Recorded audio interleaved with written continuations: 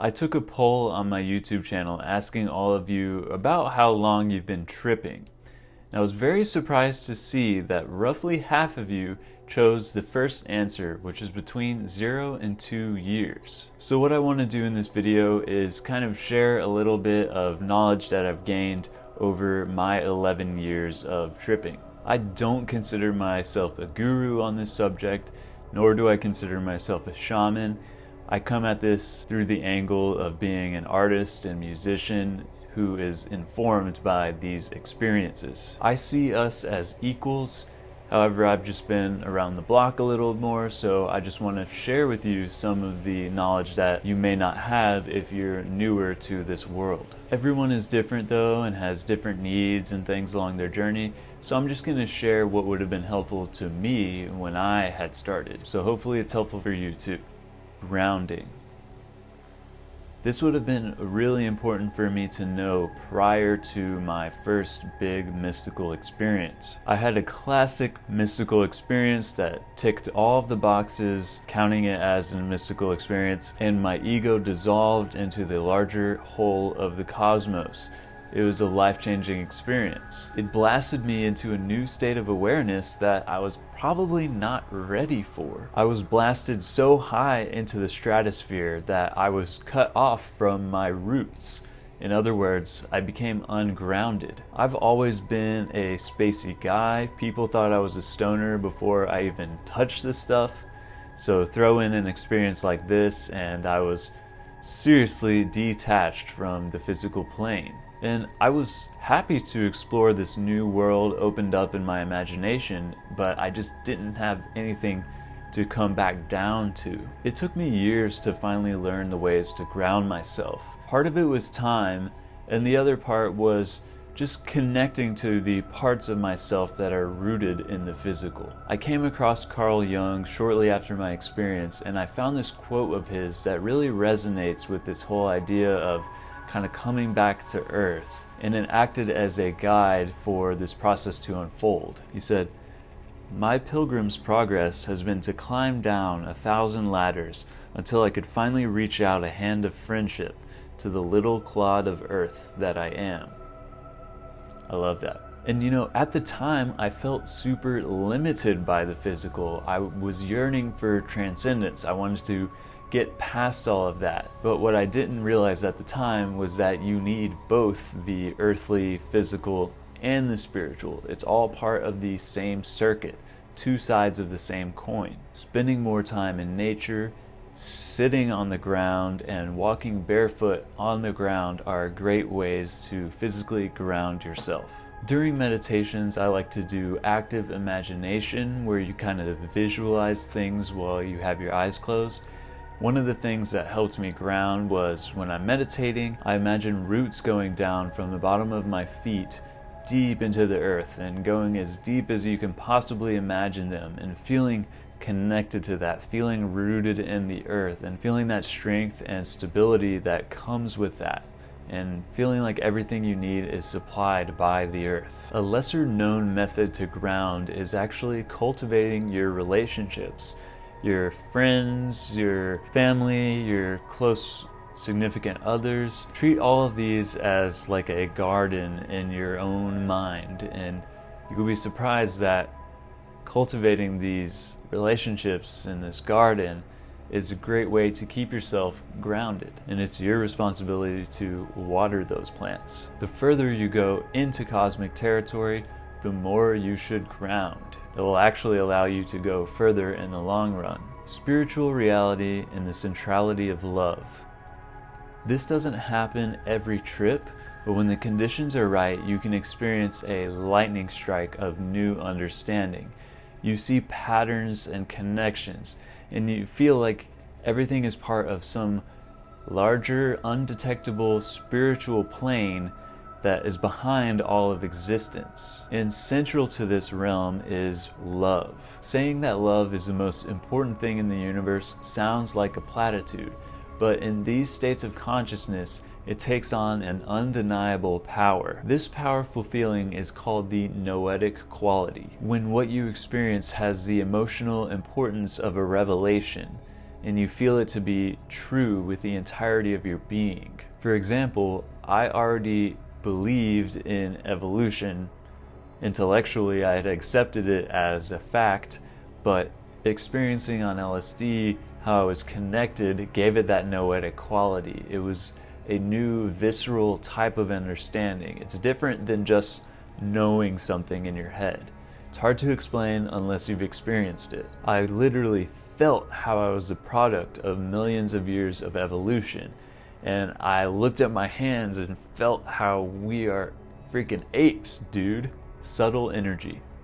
Subtle energy is most definitely a thing. However, be skeptical about what you hear. People are really out here just making stuff up. If you're someone who, like me, had an experience of spontaneously having energy rising up your spine or coming down your spine and stopping at these various energy centers, you're not crazy. There's just not a lot of information about this kind of stuff besides people's anecdotal stories. My theory is that this is something innate within all human beings, and it has to do with both our consciousness and our bodies. But these things happen enough to people for me to be certain that there's at least something going on here. When I had my Kundalini experience, that was one of the things I was most confused about, and I felt like I was going crazy at first because I just had no idea what that was, and I had no context or meaning to attach to it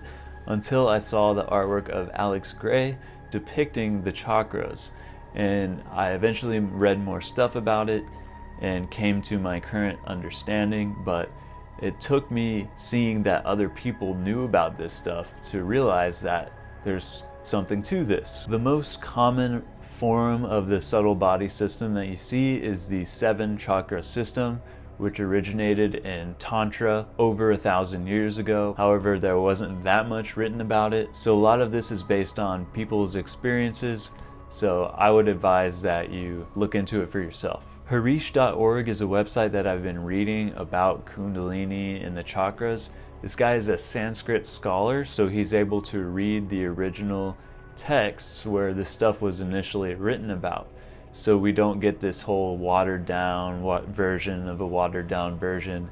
This whole new age representation of the chakras might have some value, sure, but it is nothing near where these things originated. So I think our understanding can evolve on these things, but I digress. I'll link that in the description below. Initiates of a mystery.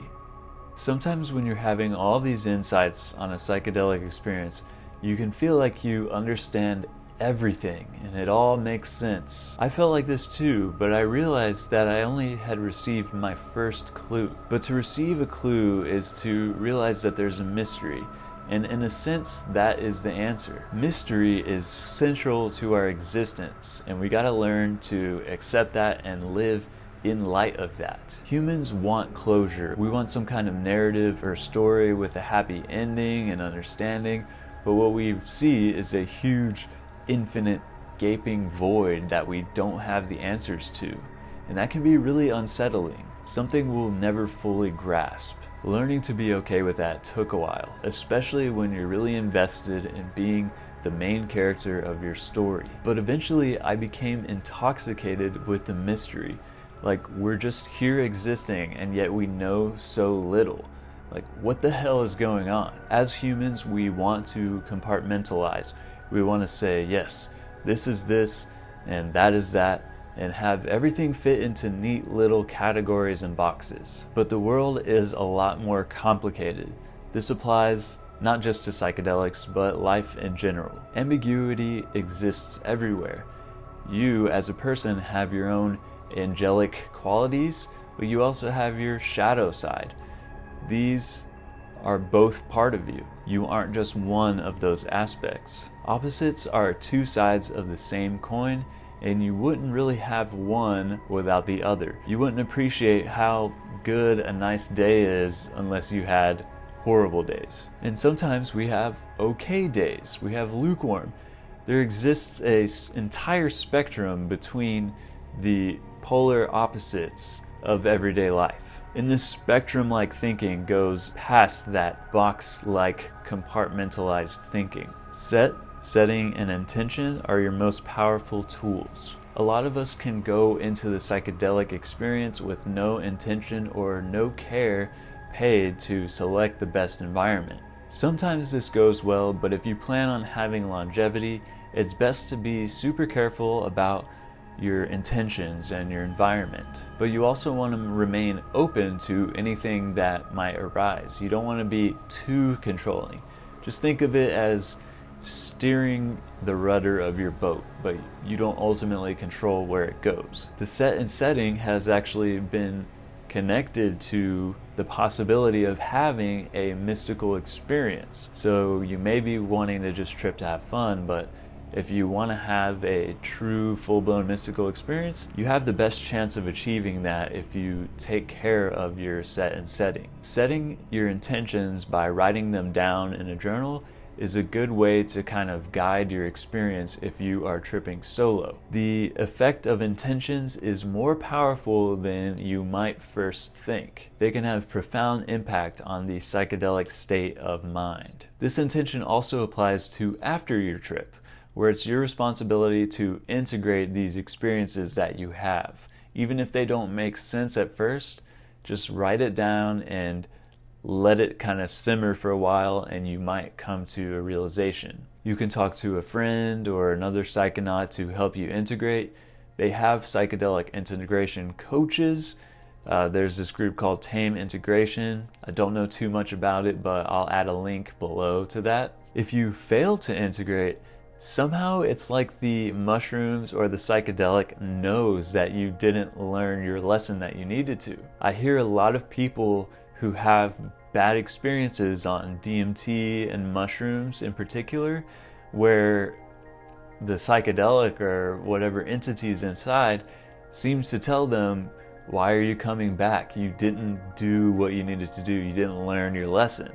And they have a really frightening experience because of that. Why are you coming back if you haven't learned? So please take your time between experiences and try to integrate.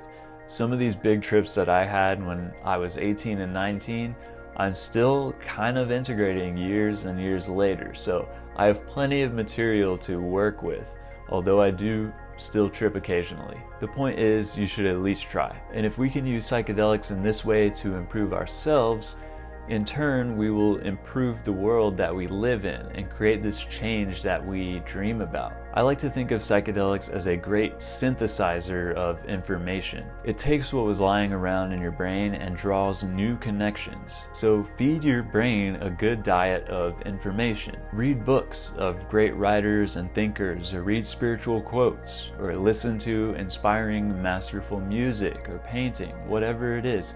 Just feed your brain. Or as they say in White Rabbit, feed your head. All of that will be swimming around in your head, ready to give you a new insight and drawing a new novel connection. And you might be the first to invent something or create a new style of music or art, a new genre. Which brings me to my next point. Knowledge is connecting the dots. Sometimes you get genuinely new insights from the psychedelic realm that you can bring back. But a lot of other times, you're just seeing something that was already in your head, but just in a new context. And you realize that you had this information all along, you just had to see it a certain way. You had to change your perspective. So trust in your inner knowledge. Deep intuition is where a lot of these things reside. Sometimes it just takes a little fungus to bring it out.